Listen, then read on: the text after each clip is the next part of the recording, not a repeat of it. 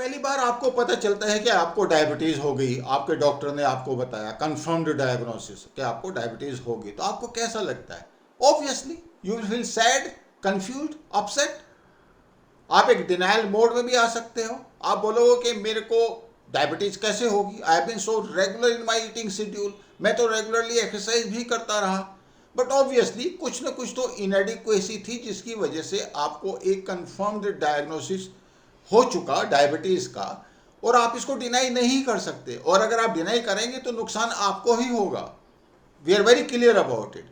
तो पॉइंट ये है कि डॉक्टर आपको एक शेड्यूल बताएगा, आपको मेडिसिन देगा, आपका लाइफ स्टाइल में जो चेंजेस आपको इम्पोज करने हैं वो सब करेगा, और आपको उन सबको फॉलो करना चाहिए। और पूरा जो ये सिस्टम है ये बेसिकली आपकी बॉडी को हेल्दी रखने के लिए है। फाइन। अब आप देखें, जब हेल्थ की आप डेफिनेशन देखते हैं उसका एक दूसरा इंपॉर्टेंट पार्ट आता है कि जो इमोशनल हेल्थ वाला, can you B emotionally stable? क्योंकि डायबिटीज आपको होगी इसका मतलब ये तो नहीं है कि लाइफ खत्म होगी, लाइफ तो अभी चलनी है। तो आपको इमोशनली और फिजिकली आपको स्टेबल रहना है। तो फिजिकल हेल्थ के लिए तो डॉक्टर ने आपको बताया, जो दवाइयाँ वगैरह प्रेस्क्राइब की। इमोशनली वो आपको सजेस्ट करेगा, नो डाउट अबाउट दैट, लेकिन अल्टीमेटली जो रोल है उसमें आपका, आपकी फैमिली का, या और जो स्टेक होल्डर्स हैं उनका रहने वाला है। और सबसे इंपॉर्टेंट रोल किसका है? सबसे इंपॉर्टेंट रोल आपका है, बिकॉज डायबिटीज आपकी है, और ये रेस्पॉन्सिबिलिटी ऑनेस्टली आपको ही लेनी पड़ेगी। तो अब आपका जो एक्शन प्लान है उसके बारे में हम बात करेंगे, जिससे आप अपनी इमोशनल हेल्थ को स्टेबल रख पाएं। और अभी एक लंबी जिंदगी है, कैरियर है, फैमिली लाइफ है, तो कैसे आप इसको स्टेबल रखेंगे? सबसे पहली बात तो आपको एक प्लान बनाना है, पूरा एक डिटेल्ड प्लान। कौन आपका हेल्थ एडवाइजर होगा, किस टाइम आप मेडिसिन लेंगे, किस टाइम आप एक्सरसाइज करेंगे, किस टाइम आप खाना खाएंगे, खाने में आप क्या खाएंगे, कौन आपके साथ खाएगा। Everything has to be in a detailed view, whether you like it और you don't like it. And ये जो प्लान आप बना रहे हैं ये आप अपने स्टेक होल्डर्स के साथ शेयर करें। और सबसे बड़ा जो स्टेक होल्डर आपका है वो आपकी वाइफ है, क्योंकि घर के अंदर क्या होगा, डायबिटीज आपको हुई है, बाकी लोगों को नहीं हुई, लेकिन उनका पूरा शेड्यूल चेंज हो जाएगा, खाने की प्लानिंग चेंज हो जाएगी, रूटीन चेंज हो जाएगा, सोने का टाइम चेंज हो जाएगा। Everything has to be in writing, that is very very important, and it has to be communicated with all the stakeholders including your health advisor. अब अगला point, you have to take your family on board. एक एक information आपकी wife के पास होनी चाहिए आपकी sickness के बारे में। क्यों? रीजन, बिकॉज ये फैमिली हेल्थ को अफेक्ट करेगा, रूटीन को अफेक्ट करेगा, तो फैमिली हेल्थ को ये अफेक्ट करेगा। And after all your wife is your life partner, उसका स्टेक्स है आपकी सिकनेस में। Nothing to be hidden from her और any other important stake holder. अब जो सबसे जो इंपॉर्टेंट पॉइंट है वो है, you have to get maximum information about the disease and the sickness from whatever the sources which are available to you, your family doctor, your health advisor, Google Guru, and you have to discuss with your support group which you should have online or offline.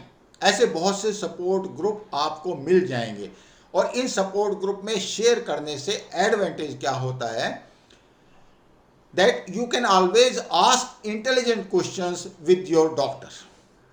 Otherwise वो questions आपके दिमाग में कभी भी नहीं आएंगे।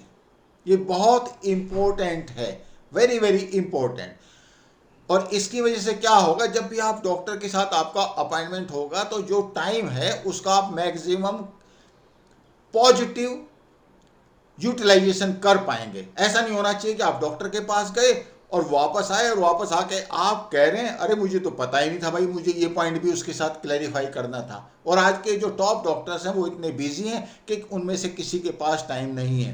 तो इस गूगल गुरु का, इस सपोर्ट ग्रुप का इतना मतलब आपको यूटिलाइजेशन करना है to gain the maximum information about your disease, and it should be shared with the stakeholders, particularly your wife.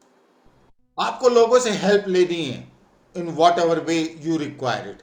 इसमें कोई भी शाई होने की जरूरत नहीं है।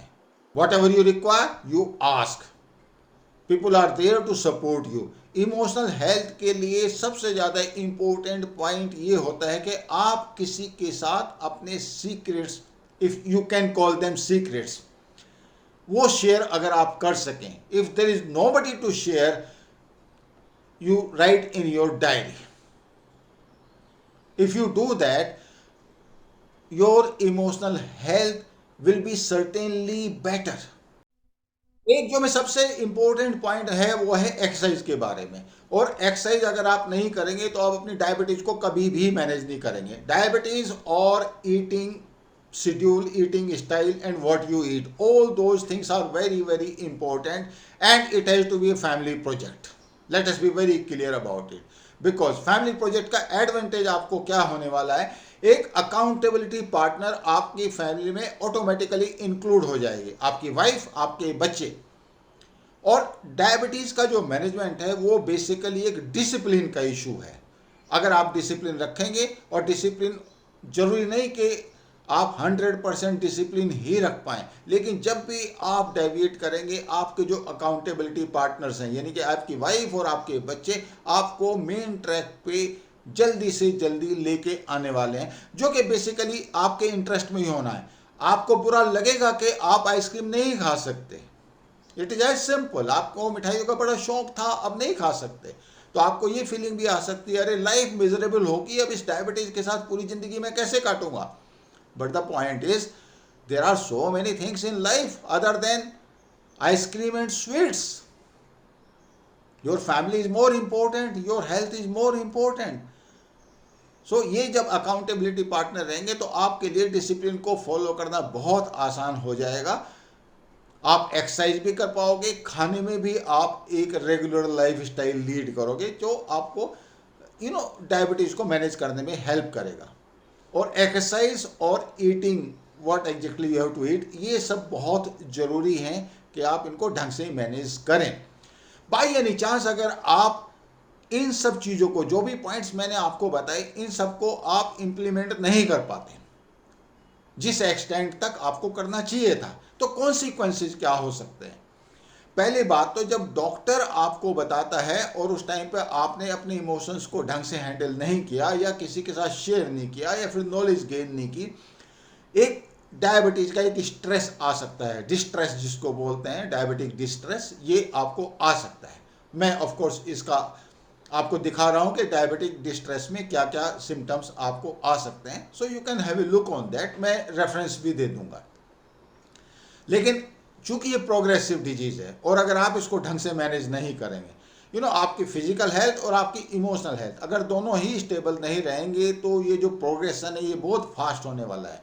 और अगर आप इसको ढंग से मैनेज करेंगे तो डायबिटीज आपके कंट्रोल में रहेगी।